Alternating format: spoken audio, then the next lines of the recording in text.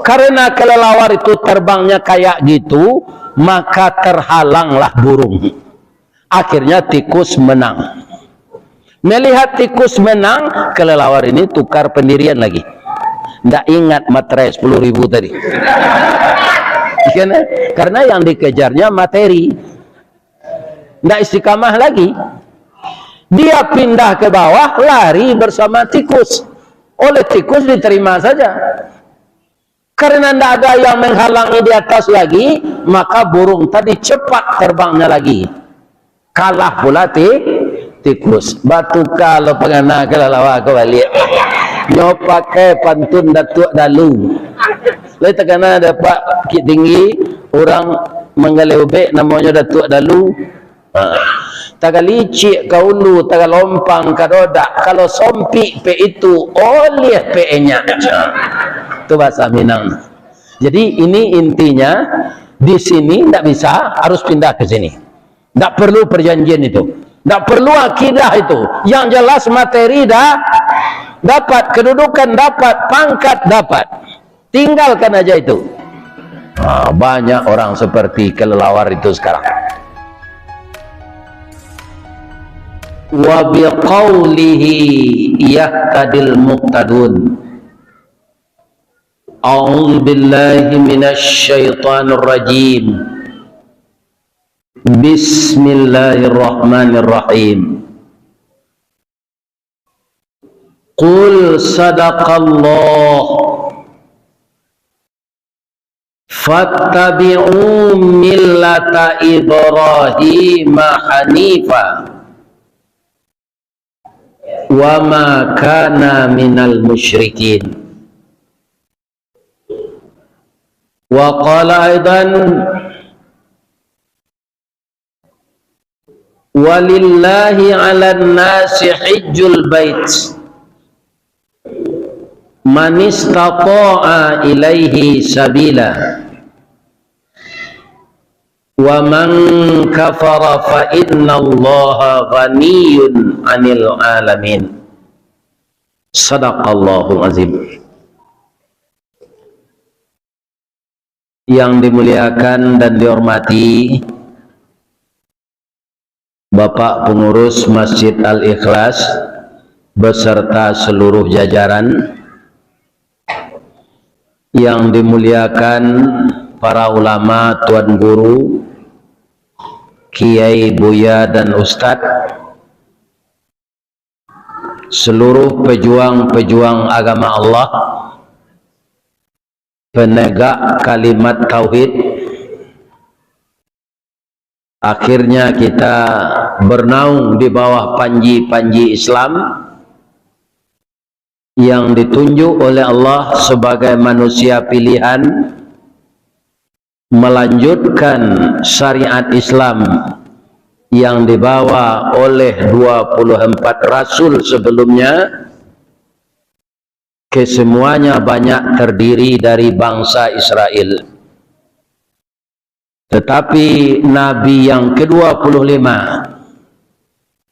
yaitunya Rasulullah Nabi Muhammad sallallahu alaihi wasallam, ditakdirkan oleh Allah dari keturunan Arab yang juga satu kakek dengan Bani Israel, berkumpul kepada satu kakek namanya Nabi Ibrahim. Ismail menurunkan orang Arab hanya satu jadi nabi sesudah beliau. Ishak menurunkan orang Bani Israel sampai kepada Nabi Isa yang ke-24, itu disebut keturunan Israel. Nabi Muhammad yang secara fisik dan rohani tidak ada cacatnya, sampai kepada akhlaknya dipuji oleh Allah Subhanahu wa taala. Di dalam surat Al-Qalam ayat 4 Allah berfirman, innaka la'ala khuluqin azim. Sesungguhnya engkau ya Muhammad mempunyai budi pekerti yang agung. Saya jangankan Allah yang memuji akhlak saya, istri saya saja tidak terpuji akhlak saya semua. Ada saja yang salah. Bapak-bapak gimana? Ya sama saja dengan saya. Kenapa? Karena kita manusia biasa, tidak manusia pilihan seperti Nabi. Namun dengan kita mematuhi sunnahnya, mengikuti langkahnya, bersalawat kepadanya, semoga kita sepayung dengannya di dalam surga nanti. Amin ya rabbal alamin. Setelah kita bersyukur kepada Allah dan bersalawat kepada Nabi, kita saling mendoakan, Allahumma ighfir lil mu'minina wal mu'minat wal muslimina wal muslimat al ahya minhum wal amwat. Semoga kita orang mukmin ini yang tetap berdosa saling mendoakan, semoga dosa kita beroleh ampun dari Allah. Amin ya rabbal alamin. Bapak-bapak, ibu-ibu yang hadir, anakku remaja sehat semua? Jadi berapapun sehatnya kita, prima. Saya alhamdulillah karena sehat menurut orang kesehatan, itu sudah 109 kali darah saya diambil. Jadi saya pendonor. Tapi itu tidak menjamin saya tidak mati, walaupun sehat. Nah, tapi sekarang tidak boleh lagi. Sudah cukup itu Pak Ustadz, 109 kali menyumbangkan darah karena usianya sudah 70 tahun, tidak baik untuk kesehatan lagi. Nah, kalau baik itu kan tidak lama tu dolek. Ya kan? Ini, maka kematian itu akan datang kepada kita semua. Apakah kita perlu takut? Tidak perlu takut. Karena kematian, kalau kita mematuhi aturan Nabi, mematuhi aturan Rasulullah dalam hidup ini, konsep hidup kita ati Allah wa ati'ur Rasul, malaikat akan datang menjemput kita dengan membaca salam. Maka kematian yang seperti itu disebut husnul khatimah. Benarkah itu? Allah berfirman dalam Al-Quran, wa ittatawaffal malaikatu thayyibin, ketika malaikat menjemput orang baik-baik akan meninggal dunia, yaquluna, berkata mereka, salamun alaikum udkhulul jannah bima kuntum ta'malun. Yang mencabut roh itu malaikat apa, Bu? Israel. Gelarnya apa? Malaikat maut. Tapi kalau di Bukit Tinggi itu itu namanya Kalimawi. Ya kan? Berasal dari kata-kata kala. Kala itu kan bisa. Jadi kala yang mematikan. Ini orang-orang kita ini pandai aja mengubah-ubah nama apa. Itu orang tua-tua dulu.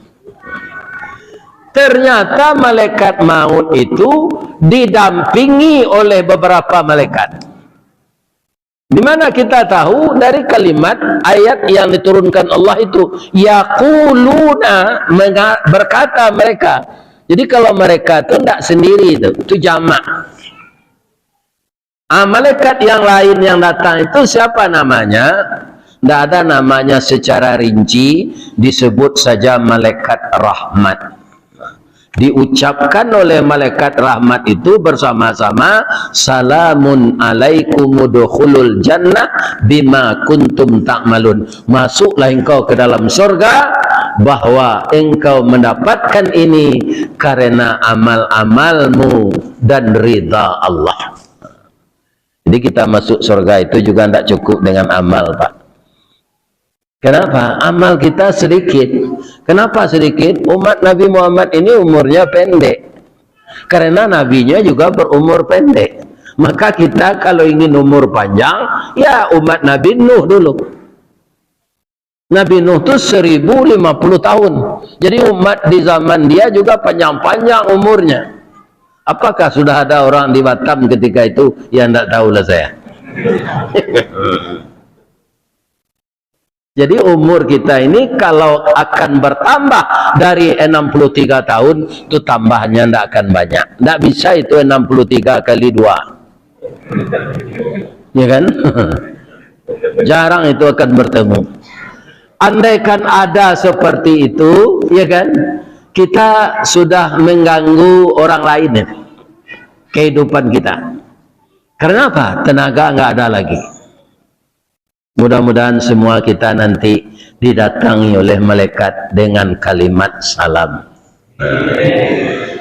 Bapak-bapak, ibu-ibu, Ustadz Junaidi Akbar pagi tadi datang mendengarkan kajian kuliah subuh di Masjid Baitul Azim.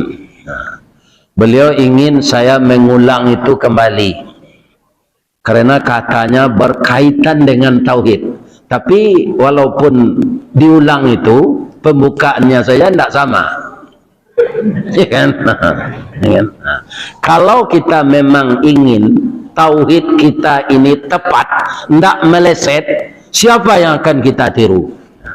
Di dalam surat Ali Imran tadi kan diturunkan kepada Nabi Muhammad itu.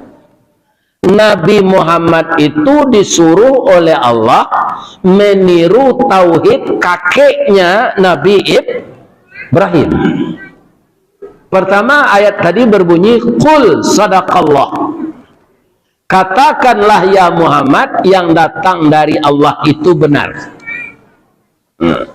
Kemudian setelah itu apa ayatnya lagi? Fattabi'u millata Ibrahim hanifa. Maka engkau ikutilah agama Ibrahim yang tegak lurus. Jadi Nabi Muhammad dan kita sebagai umatnya ini disuruh mengikuti cara beragama Nabi Ibrahim. Yang pertama itu apa? Keunggulan Nabi Ibrahim itu, akidahnya kuat. Kalau saya ingin mengulang bahasa Pak Wo ini di kampungnya, bagaimana akidah Nabi Ibrahim itu, nanti saya bacakan bahasa Indonesianya. Baure cakam ke tanah, jauh tahun jam kapitalo, panuhlah bumi di rumpunnya, digampo indak kabokekkan, di badai alun kata olyang, konon kok goyang angin lalu. Bahasa Indonesianya apa? Dia mempunyai pendirian yang kokoh, tidak terayu dengan pangkat, tidak terayu dengan kedudukan, malah dianiaya, dibakar, dia tetap bertuhan kepada Allah. Itu Nabi Ibrahim itu yang akan kita tiru. Sekarang kebanyakan akidah orang Pak sama juga akidah kalalawa, ya kan? Bahasa Indonesianya kalong. Apa itu kalong? Bapak-bapak ada enggak melihat kalong itu? Ada ya? Ya, saya tanya kepada Bapak, kalau memang pernah melihat kalong itu, kalau dia hinggap ke atas kepalanya atau ke bawah? Ke bawah. Ya kan? Setelah itu dia tidak berani keluar siang. Dinantikannya matahari terbenam baru dia keluar. Andaikan ada kalong terbang di siang hari, itu terkejut itu. Kalau tidak petir, pesawat lalu dekat sarangnya itu, dia terkejut, keluar dia. Iya kan? Kemudian dari matanya keluar air bercampur darah. Sekarang pertanyaannya lagi, kenapa kalong bisa terjadi seperti itu? Apa sebabnya? Ada enggak jamaah yang bisa jawab? Ya, dari payah berpikir, biar saya saja yang nerangkan. Ya kan? Sebab sebentar lagi saya udah lapar makan gulai kambing lagi. Kalau lama-lama ngaji ini dingin gulai kambingnya. Ini. Suatu kali, ini jangan ditanya hadisnya Pak. Ini cerita klasik, tapi rancak jadi contoh. Suatu kali panitia melakukan lomba, mengadakan lomba lari dan lomba terbang. Yang lari itu tikus, yang terbang itu burung. Dilombakan mana yang lebih cepat. Tentu jurinya sibuk tuh, lihat ke atas, lihat ke bawah. Kenapa? Karena tikus lari di bawah, burung terbang di atas. Sebelum lomba dimulai, datanglah kalong ini ke meja panitia. Pak panitia, ya boleh enggak saya ikut lomba ini? Lama panitia menatap kalong ini, enggak berkedip matanya, gitu aja. Apa kata kalong tadi? Pak, ba mengkota pana-pana Pak mencali embut. Ngerti enggak? Iya kan? Kenapa Bapak termenung lihat saya? Kalau Pak Uwo ngerti langsung itu. Iya kan? Nggak akan lupa dia bahasa dia itu. Saya lihat kepalamu kayak tikus, gigimu kayak tikus, jari-jari kukumu kayak tikus, tapi kamu bersayap. Pandai kamu terbang, pandai Pak. Lari juga pandai Pak. Kalau kamu akan ikut lomba, hanya satu-satu, mau ikut tikus atau mau ikut burung. Saya sudah terbiasa terbang Pak, biar saya ikut burung saja. Kamu beli materai 10.000 ya. Kemudian kamu, ya kan, tuliskan tanda tanganmu yang hitam di atas yang putih. Kamu bikin perjanjian. Kalau nanti kamu tukar pendirian, ndak istiqamah, dari burung pindah ke tikus, dari tikus pindah ke burung, kamu akan kena tindakan disiplin diskualifikasi. Tidak boleh lagi bertanding selama hidup. Ya Pak. Nah, lah nyoba beli materai 10.000.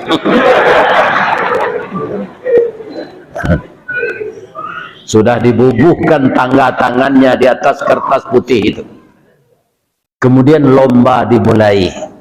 Kelelawar tadi masuk bangsa burung. Nah, sekarang ada pertanyaan lagi. Burung terbang, kelelawar terbang. Apa beda terbang? Beda enggak? Beda.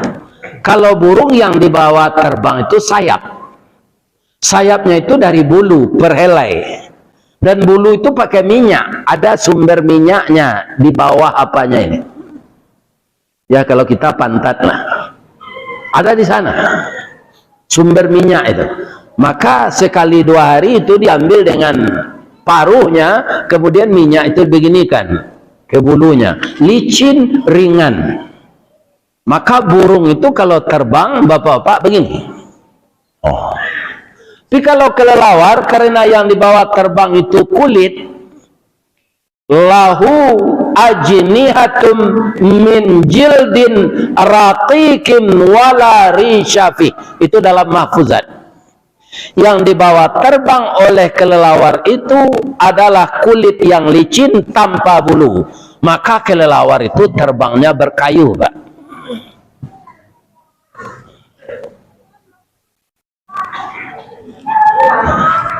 Dulu dijadikan nih gerakan senam, ya kan? Mengepak sayap, 1, 2, 1, 2. Senam porpi namanya, saya mesti ingat. Karena kelelawar itu terbangnya kayak gitu, maka terhalanglah burung. Akhirnya tikus menang. Melihat tikus menang, kelelawar ini tukar pendirian lagi. Nggak ingat materai 10.000 tadi. Karena yang dikejarnya materi. tidak istiqamah lagi. Dia pindah ke bawah, lari bersama tikus. Oleh tikus diterima saja. Karena tidak ada yang menghalangi di atas lagi, maka burung tadi cepat terbangnya lagi. Kalah pula tikus. Batu kalau pengana kelalawa kembali. Nyo pakai pantun datuk dalu. Lalu terkena dapat tinggi orang menggalebek namanya datuk dalu. Taga licik kaulu, taga lompang kadodak. Kalau sompi pe itu oleh pe nya. Itu bahasa Minang. Jadi ini intinya, di sini tidak bisa, harus pindah ke sini. Tidak perlu perjanjian itu, tidak perlu akidah itu. Yang jelas materi dah dapat, kedudukan dapat, pangkat dapat. Tinggalkan aja itu. Banyak orang seperti kelelawar itu sekarang. Walaupun Islam ini dihina, nyomamin zene. Tidak ada dia membantah. Iya kan? Akhirnya pindah pula dia ke atas. Diusir oleh burung. Kelelawar, kamu tidak punya prinsip, tidak punya pendirian. Rasanya kami akan menang, kamu berpihak kepada kami. Sekarang kami rasanya akan kalah, kamu lari kepada tikus. Akhirnya kami menang, kamu ke atas lagi. Kamu tidak kami terima lagi. Lari ke bawah, diusir pula oleh tikus. Itulah sebabnya kelelawar ini stres. Ya kan? Maka hinggap kepalanya ke bawah, kakinya ke atas. Kenapa dia tidak keluar siang? Malu. Masyarakat burung tidak terima, masyarakat tikus tidak terima. Ya kan? Tidak ada teman lagi. Maka dia malu keluar siang. Keluarnya malam, tidak pula dengar kajian, tapi mencilok yang burang. Inilah kelelawar. Ya kan? Kalau seperti ini akidah Pak, Bapak tidak bisa sepayung dengan Nabi Muhammad, dengan Nabi Ibrahim nanti. Makanya Allah menyuruh kita, fattabi'u millata Ibrahim hanifah. Ya kan? Kalau orang partai boleh saja begitu Pak. Tidak menang kita di PAN pindah ke Nasdem. Tidak apa-apa. Tapi kalau akidah tidak boleh Pak. Ya kan? Jadi Nabi Ibrahim itu yang paling utama akidah. Tanda akidahnya kuat apa? Dia tak takut dibakar Pak. Tidak takut dibakar. Ketika masuk api itu bagaimana? Allah menyuruh api dingin. Begitu Allah memelihara orang yang bertauhid. Ya kan? Tidak mempan kulitnya dimakan api. Ya naru kuni bardan wa salaman ala Ibrahim. Jadi tauhid itu yang pertama. Sebab kalau tauhid ini tidak tepat, ibadah akan goyang Pak. Karena itu dasar. Seperti rumah itu pondasi. Jangan itu goyang, harus kokoh. Ini yang pertama akan kita tiru dari Nabi Ibrahim alaihis salam. Ya kan? Yang kedua apa? Kesabarannya. Nabi Ibrahim itu kebetulan materi banyak diberi Allah Pak. Tapi materi itu tidak membuat dia lalai beribadah. Malah dipergunakannya untuk mendekatkan diri kepada Allah. Setiap hari Nabi Ibrahim itu Pak, tidak tenang kalau tidak ada menjamu orang makan. Coba bayangkan. Jadi jamaah pengurus Masjid Ikhlas ini meniru Nabi Ibrahim. Kadang adanya Ustaz datang dari Padang nyobantai kambing. Ya kan? Waduh, ya kan? Ini. Jadi Nabi Ibrahim itu tidak tenang batinnya kalau tidak menjamu orang makan. Ya. Setiap hari begitu. Hari raya korban, dia berkorban 100 ekor sapi. Sendiri itu. Dan keluarganya. Itu. Jadi dia menganggap kekayaan ini hanya sebentar di dunia. Untuk membawa kekayaan ini ke akhirat, sebelum kita mati dibagi untuk jalan Allah. Kalau yang di bank, Pak, deposito emas batangan yang Bapak simpan di brankas bank yang dari besi itu, semuanya itu akan tinggal kalau kita meninggal, Pak. Tapi kalau sebahagian sudah kita pindahkan ke investasi akhirat, ada namanya zakat, ada namanya sedekah, ada namanya infak, ada namanya memelihara anak yatim, ada membuat rumah tahfiz, ada merenovasi rumah ibadah. Itu sudah menjadi investasi akhirat. Tapi kalau kita simpan-simpan di dunia ini, begitu sakit kita, susah jangan, stres, susah, sakit, mati. Kebetulan istri Bapak muda yang tinggal itu. Sudah sampai idahnya, ya kan? Dia nikah dengan pacar lamanya. Apa itu sedalam kubur menjalik nyawa sandiang tak? Oleh balaki ini dan balik, ya kan?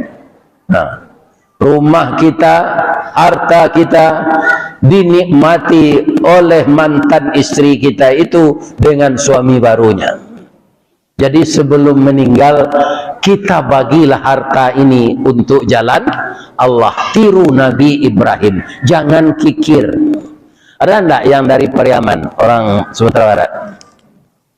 Ada. Ambolah ambau tanyuan ke orang Pariaman kau, Pak. Apa ciri orang kikir tu, George? Hari hujan payungnya kapit. Tak kajau ndanya iki. Kok kemakan gulai ayam ada bi ayam sakit. Akhirnya nyusi de bini lalu dun saji. Apa artinya itu? Orang kikir itu, iya kan? Jangankan kepada orang lain, kepada dirinya juga kikir. Itu orang kikir. Allah sangat marah itu. Nah. Ada lagi orang kikir, kata Nabi, dibaca nama Nabi, dia tidak mau berselawat. Itu orang kikir juga.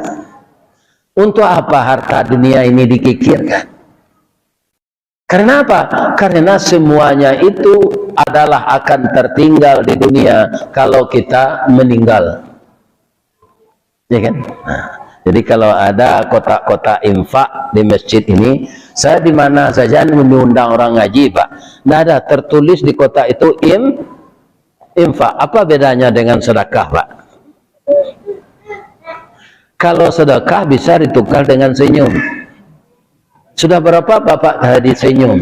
Itu sudah sedekah. Ya kan? Nabi yang mengatakan, bukan saya. Qala Rasulullah sallallahu alaihi wasallam, tabassumuka fi wajhi akhika lakas sedekah. Kalau engkau tersenyum melihat wajah saudaramu, itu sedekah. Jadi kalau sempili karya awak bersedekah, pitih galak sih banyak.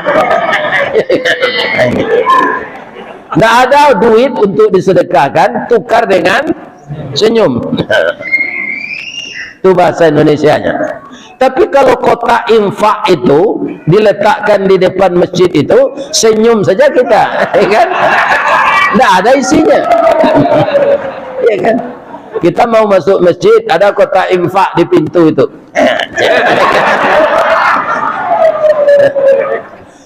Berkepanjangan kita masuk, tidak ada isinya. Kenapa? Senyum saja kepada kotak itu, ada isi. Bapak-bapak, ibu-ibu, Nabi Ibrahim yang kaya, yang pemurah, yang kuat akidah itu masih diuji oleh Allah lagi. Itulah mungkin Allah menurunkan Al-Quran surat Al-Ankabut kepada Rasulullah. Ahasiban nasu ayyatruka. Manusia itu mengira apakah dia itu tidak akan dibiarkan saja berkata iman, tapi sebelum imannya itu diuji. Tidak akan saya biarkan, saya uji dulu. Apa ujian untuk Nabi Ibrahim yang kuat akidah, yang pemurah itu, Pak? Sudah bertahun-tahun menikah, belum mendapatkan keturunan. Orang Minang menyebut istri yang tidak bisa beranak ini mandul. Bahasa Indonesianya mandul. Kalau orang bekerja, penjaga pekerjaan itu bahasa Inggrisnya supervisor, itu bahasa Minangnya mandor, bahasa Indonesianya mandor. Nah, jadi kalau di dalam bahasa Indonesia, perempuan yang tidak melahirkan mandul. Orang yang menjaga suatu pekerjaan mandor. Tapi kalau dalam bahasa Minangnya mandul, sekeduanya Pak. Si anu tu sebab tangko kerja orang ala jadi mandu aja. Si anu tu lah lama nikah halunya beranak lainnya mandu aja. Jadi membedakannya di bahasa Indonesia. Kalau orang sebut mandor itu penjaga orang kerja itu. Kalau mandul perempuan tak punya anak. Nah, inilah uniknya bahasa Minang ini Pak. Dan banyak meniru bahasa Arab, bahasa Minang ini. Kalau kita lama bersimpuh ini Pak, orang Padang menyebut kapocong. Di sini apa namanya? Kesemutan, pegal, iya kan? Kalau orang Arab itu kafir dam. Kafir tertutup, dam darah. Jadi lama kita melipat kaki ini tertutup darah ke bawah. Kafir tertutup. Jadi orang kafir, orang tertutup pintu hatinya. Nah, kafir dam kata orang Arab. Hanya tiru saja orang Minang. Baka kipak kafiradan je. Dia jadikan saja bahasa Minang, bahasa Arab itu. Kafir dam kata orang Arab, kata orang Bukit Tinggi kafiradan. Di bahasa Bukit Tinggi ini banyak juga dari bahasa Arab. Ada satu lagi ya. Kalau kita pergi haji kan ada pemeriksaan. Bertemu dalam tas kita oleh orang bea cukai itu makanan. Ini apa ini? Makulat. Makulat itu makanan. Makulat. Akarnya akala yakulu mak. Adi jadi menang lerang tinggi. Kalau dia menonton TV malam minum kopi, apa katanya kepada istrinya? Bu, anang kadi kule bu. Jadi itu berasal dari makulat. Iya kan? Kule. Dijadikan bahasa Indonesia kuliner. Itu dari bahasa Arab. Bapak-bapak, ibu-ibu, suatu kali termenunglah Nabi Ibrahim itu. Ditanya oleh istrinya Ibu Sarah, Bang, kenapa Abang terlalu termenung-menung ini? Apa yang terjadi dalam diri Abang? Ada enggak yang sakit? Saya sehat, Adinda. Tapi umur kita, saya sudah lebih 100 tahun, juga belum dapat anak kita ini. Ini yang saya pikirkan. Saya ingin anak saya dapat anak jadi rasul seperti saya. Ibu Sarah ini pula yang termenung lagi. Ditanya pula oleh Nabi Ibrahim, kenapa Adinda termenung? Ya saya sudah menopause, sudah tua, tidak mungkin hamil lagi. Ini menurut logika. Tapi kalau saya lihat laki-laki yang sehat, walaupun umurnya udah tua, dia beristri dengan yang muda, dapat anak dia. Biarlah saya korban untuk Abang. Korban apa kata Nabi Ibrahim? Korban perasaan Bang. Saya izinkan Abang lagi. Kalau teluk ribu meniru tu. Itu kan. Kalau Abang malu lamar, saya yang nolong, kata istrinya. Siapa itu? Perempuan taat dari Mesir. Abang mungkin lupa, saya enggak. Dia dulu anak angkat kita. Biarlah saya lamar untuk istri Abang yang kedua. Itu pengorbanan Siti Sarah, Pak. Apa kau dapat bini seperti itu kadang tiap Pak. Diizinkannya beristri lagi, sedangkan tidak diizinkan beristri lagi. Ya kan? Kenapa? Karena memang boleh laki-laki itu beristri lebih dari Satu, ada ayatnya, ada. Fankihu ma qabalakum minan nisa. Simak ini, matna, tidak ada satu Pak. Satu itu alternatif terakhir. Matna, berapa itu? 2. Wa thulasa, 3. Wa ruba, 4. Bapak jangan ketawa dulu, ayat itu belum selesai saya baca. Wa in khiftum alla ta'dilu fawahidah. Jika engkau khawatir tidak akan adil, satu saja. Saya ini yang saya pakai Pak. Saya enggak mampu adil itu. Ya kan? Rasanya ya untuk berumah tangga itu beristri 2 akan adil, akan payah itu Pak. Lebih-lebih istri nomor 2 ini muda dan cantik lagi. Awak kacau sekali 6 bulan mentu kalau tinggal ya. Apa adil? Ya kan? Ya kan?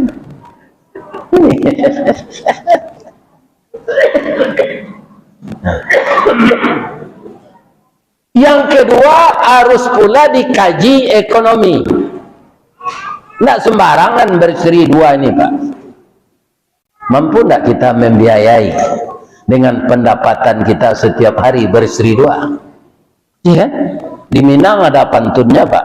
Nanti saya terjemahkan bahasa Indonesia. Apa pantunnya kalau orang tidak mampu beristri lagi? Kopi pai indak bagulo dibuai orang batu sangka, idui pai bini berdua akhirnya lalu disuruh tinggal. Kenapa? Istri tua ngusir, istri muda juga ngusir, tidak ada duit lagi. Nah, iya kan? Jadi kalau tidak mampu kita dengan keuangan, ya satu aja. Jangan beristri lagi. Nabi Ibrahim ini kan kaya Pak. Korbannya 100 ekor sapi hari raya Adha, 1000 ekor kambing. Oh, orang ini boh.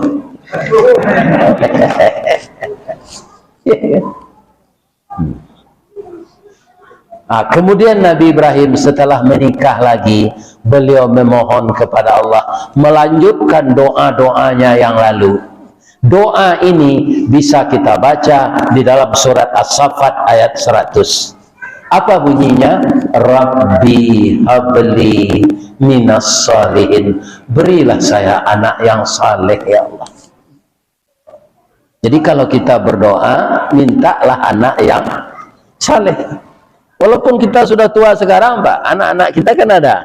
Mohon kepada Allah anak kita yang telah dewasa itu, kita mohon juga, jadikanlah anak saya ini anak saleh ya Allah. Allah itu suka bapak-bapak kalau kita merengek-rengek kepadanya. Karena apa?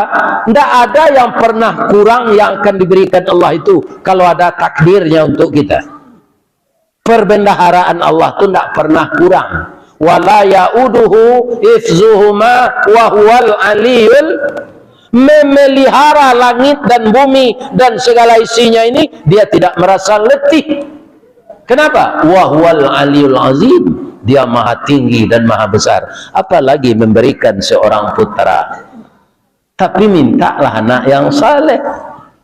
Kalau anak bapak jadi wali kota, dia saleh, dia pasti kaum muslimin akan membangun negerinya ini dengan jujur. Tidak akan korupsi, tidak akan berkhianat kepada bangsanya. Kalau dia jadi pedagang sukses, dia tidak akan melakukan penipuan kepada orang yang berbelanja. Ya kan? Kalau dia menjadi ustadz, dia tidak akan menawar honor. Ada ustadz ini Pak, kalau saya diundang ngaji ke sana, berapa honornya? Itu salah itu. Kalau ada yang jadi ustadz, ada yang seperti itu, ubahlah perangainya. Nanti nyokrate deh melekat. Jangan ditanya itu. Ya. Ini gunanya orang saleh. Dia mengharap ridha Allah. Bapak-bapak dan ibu-ibu kaum muslimin yang terhormat, lahirlah anak setahun sesudah itu dikasih nama Ismail. Dikabarkan kepada istri tua, menangis istri tua ini. Suami sudah dapat anak, tapi tidak dari rahim kita. Maka Allah Maha tahu, Pak. Disuruh Nabi Ibrahim ini membawa pindah istri mudanya ini ke Mekah. Yang ketika itu belum ada manusia banyak seperti sekarang. Menangislah Siti Hajar tiba di sana. Belum lama di sana suami kembali ke Palestina untuk berdakwah. Bang, abang kembali ke Palestina ini mau berdakwah atau melihat kakak? Yang pertama sekali saya berdakwah karena saya Rasul. Jadi kalau bisa memahami profesi suami, ibu tidak akan cemburu. Kalau bapak bisa memahami profesi istri, bapak tidak akan cemburu juga kepada istri. Iya kan? Istri bapak kerja di bank, dia cari nasabah. Itu kerap kali dia senyum kepada orang itu. Jam pemburu baru ya, Pak. Ya kan? Nah, ini karena apa? Memang itu kerjanya supaya orang tertarik nabung sana. Nah, begitu juga Siti Hajar paham betul bahwa profesi suaminya adalah Rasulullah. Maka dia sabar saja ditinggal suami itu dengan anak kecil yang baru lahir. Kalau Siti Hajar yang sekarang itu sudah banyak kali dia ke pengadilan agama ngadu itu. Kalau sehari dua hari ditinggalkan suami nggak apa. Ini 11 tahun. Sudah remaja, tanggung anaknya itu. Kemudian beliau pulang, diajaklah anak ini merenovasi Ka'bah. Karena Ka'bah ini pernah runtuh di zaman banjir Nabi Nuh. Rupanya anak 11 tahun itu sudah pandai ilmu pertukangan. Ayahnya duduk saja melihat anaknya bekerja. Maka karena lama duduk tanah becek di sana, maka adalah jejak telapak kaki Ibrahim itu. Sekarang dijadikan namanya Maqam Ibrahim. Disuruh kita salat sunat dekat itu. Ya kan? Para jemaah malamnya tidur dengan anak ini disuruh sembelih oleh Allah. Tapi dalam mimpi, ya kan? Jadi kalau kita mimpi, Pak, jangan dilakukan pula. Mimpi yang benar itu hanya mimpi Nabi. Kalau orang suka beli lotre buntut, Pak, itu mimpinya itu aja tiap malam tuh. Nah, itu aja. Jadi mimpinya nggak benar. Nah, kalau mimpi Nabi ini ada benarnya. Malah ada Nabi yang pandai menakwilkan mimpi. Nabi apa? Nabi Yakub dan Nabi Yusuf. Yusuf yang sekarang ada pula yang pandai menakwilkan tabir mimpi ini. Kalau mimpi gigi copot bagaimana itu, Pak? Itu tandakan kematian. Kalau orang tua mimpi gigit ular, Pak, itu tanda laki. Orang tua ini umurnya sudah 90 tahun, dia digigit ular. Apakah dia benar akan bersuami lagi? Sedang sekuli adalah kandu, ya kan? Uban lah batabu, gigi adalah gugu, pencalian adalah kabu, nan dimakan bubu, sesudah itu masuk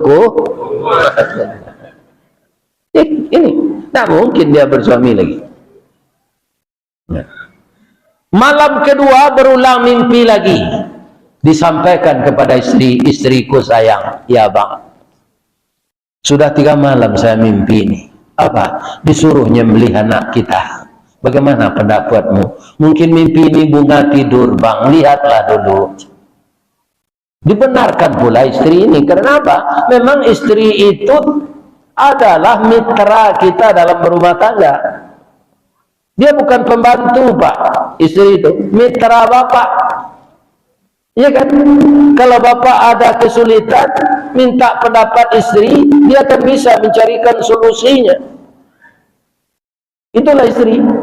Makanya dia dari tulang rusuk. Kalau dia dari tulang punggung, itu di belakang. Kalau tulang dada, dia akan mendahului kita. Maka Allah sangat adil. Dijadikanlah dia dari tulang rusuk. Tapi ada juga lemahnya. Apa? Tulang rusuk itu bengkok, Pak. Coba Bapak kasihkan uang Bapak ke istri itu, dibeginikan saja semuanya. Karena dia dari tulang rusuk bengkok. Meraihnya itu ke dalam.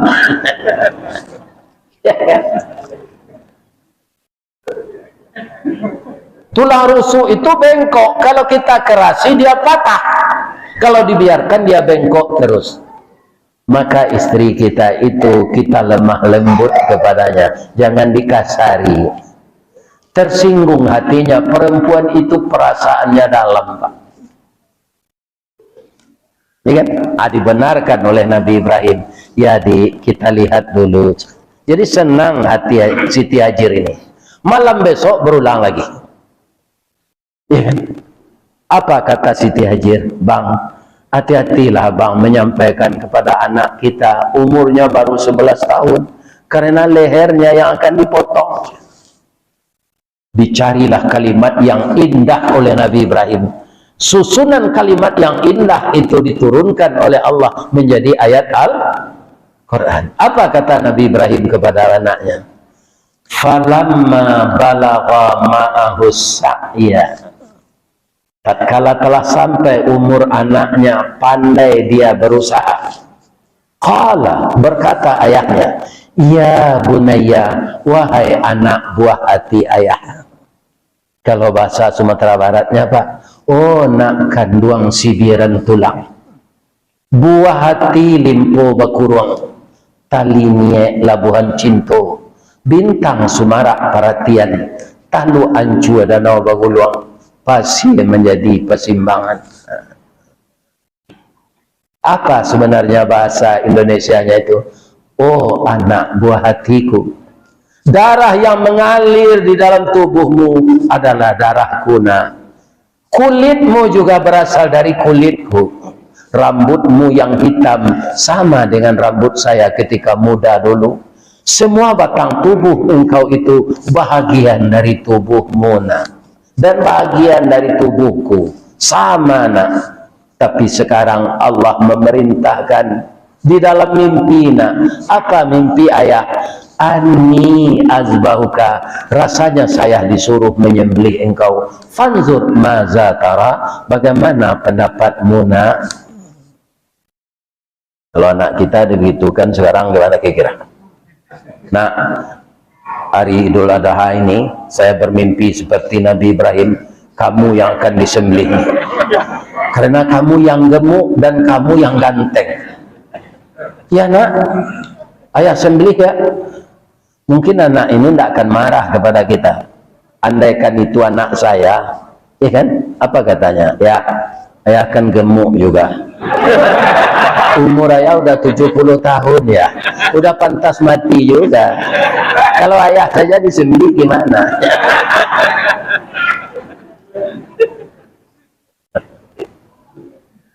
Apa jawaban anaknya tadi? Qala ya abati fa'al, ayah kerjakanlah ma tu'maru, sesuai dengan perintah. Satajiduni insya Allah minas sabirin, ayah akan mendapati saya sabar menerima ini. Falamma aslama wa tallahu lil jabin, ketika keduanya sudah berserah diri, anak mau disembelih, ayah sudah bulat tekadnya untuk menyembelih, sudah izin dari istri. Begitu pisau akan dicecahkan di lehernya, wa nadainahu ayya Ibrahim, kami menyeru Ibrahim. Qad saddaqtar ru'ya inna kadzalika najzil muhsinin, sungguh engkau mau mengerjakan perintah saya yang dalam mimpi. Saya sudah tahu Ibrahim, engkau lebih cinta kepada saya daripada cinta kepada anakmu. Inna hadza lahuwal balaul mubin, yang saya perintahkan ini hanya cobaan, tidak sebenarnya. Jadi bagaimana lagi ya Allah? Wa fadainahu bidzibhin azim, saya tebus anakmu ini dengan kibas besar. Ini datangkanlah kambing dari surga, Pak. Tidak sembarang kambing. Kamu yo kambing yang tidak biak ini. Alhamdulillah. Ya kan? untung saja ditukar dengan, kalau enggak terpaksa kita nyembelih anak setiap tahun. Ini akan jadi masalah terus ini. Untung ditukar dengan kibas. Wa tarakna alaihi fil akhirin. Kami tinggalkan kisah ini untuk orang-orang yang mau membaca. Salamun ala Ibrahim, selamatlah Ibrahim. Inna kadzalika najzil muhsinin, sesungguhnya inilah pembalasan bagi orang yang berbuat baik. Innahu min ibadinal mu'minin, sesungguhnya Ibrahim itu hamba kami yang benar-benar beriman. Inilah bapak-bapak kisah-kisah yang berkaitan dengan ilmu tauhid. Kalau tauhid itu telah mantap Pak, kalau Allah yang meminta, tidak ada manusia ini yang berat melakukan. Makanya tauhid ini kita terus pertahankan, kita perbarui. Caranya bagaimana? Minta tolong kepada Allah. Tsabbit qalbi ala dinika wa ala ta'atika subhanaka inni kuntu minaz.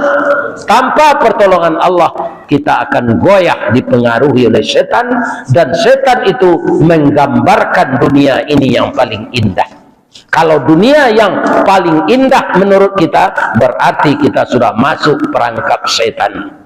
Kalau sudah masuk perangkap setan, Allah membiarkan saja lagi setan itu mengiringi kita setiap hari. Mudah-mudahan jamaah Masjid Al-Ikhlas dihindarkan oleh Allah dari itu, dan bisa meniru Nabi Ibrahim dan Nabi Ismail. Amin. Subhanaka Allahumma Rabbana wa bihamdika Allahumma ighfirli. Asyhadu an la ilaha illa anta astaghfiruka wa atubu ilaik. Maka mulai kami yang alai. Banyak maaf. Assalamualaikum warahmatullahi wabarakatuh.